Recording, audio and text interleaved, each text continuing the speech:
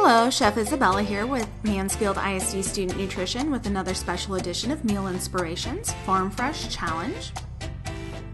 We are in the 4th week of our challenge, and on May 6th we'll be featuring Texas-grown watermelon at all elementary and curbside meal sites.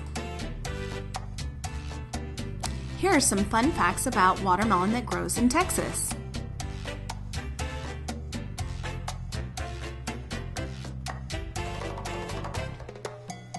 We're going to show you how to slice a watermelon picnic style in addition to making paletas de sandía or watermelon popsicles. So here we have our Texas seedless watermelon, and as you can see there's a yellow spot right here showing that it was left on the ground to ripen, which usually means it tastes better. And we knocked on it and it should have a nice hollow sound. We're going to start by slicing it in half between the root and the stem. Now we have 2 halves. We'll take one of those and flip it over so the cut side is on the cutting board. And then we're just going to cut that end piece off. Alright, now we're going to cut it in half again.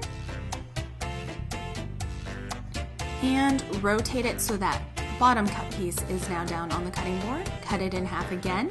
And now we're going to cut it into our nice picnic style slices. And there you have it, ready to go for any picnic. Alright, we're also going to cube some watermelon, and we'll end up using this for our popsicles. So we're cutting the top off again, and we're just going to move around the watermelon, cutting off that rind. And don't worry if there's a few little white bits left, we'll go ahead and clean those up at the end. Get all those little white bitty bits off. Alright, and now we're going to cut it vertically 4 or 5 times into columns. And then we're going to rotate it a quarter turn, cut the other direction, lay those rows down on their side, cut them into cubes. And there you have it, watermelon picnic style as well as cubed. So to make our popsicles, we're going to start by juicing a lime. We need approximately a 1/4 cup.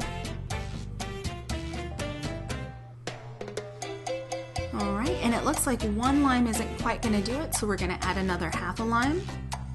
And there we have our juice. Alright, we have 4 cups of the cubed watermelon, a 1/4 cup of sugar, and a 1/4 cup of lime juice. Then we're putting all that in a blender.